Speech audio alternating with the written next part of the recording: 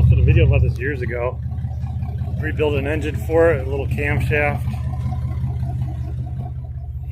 and a little slightly higher compression pistons. I think it's got 148,000. I've owned this forever. Put some body panels on it at the shop. Never finished it. Brought it to the second shop to do some work for me. I wanted a pinion seal and a trans temperature solenoid done. They didn't want to do it. And this shop just keeps stalling me for 6 months that I know that I've dealt with before. So that's my little updates.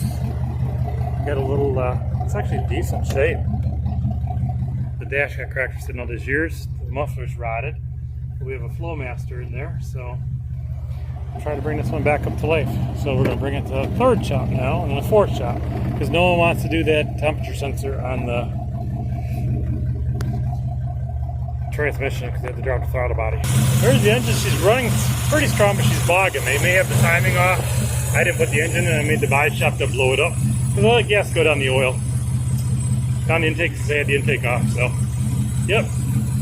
Hopefully she'll be back to life. Looks like she'll need a new dash pad. So that's my little 2-minute updates.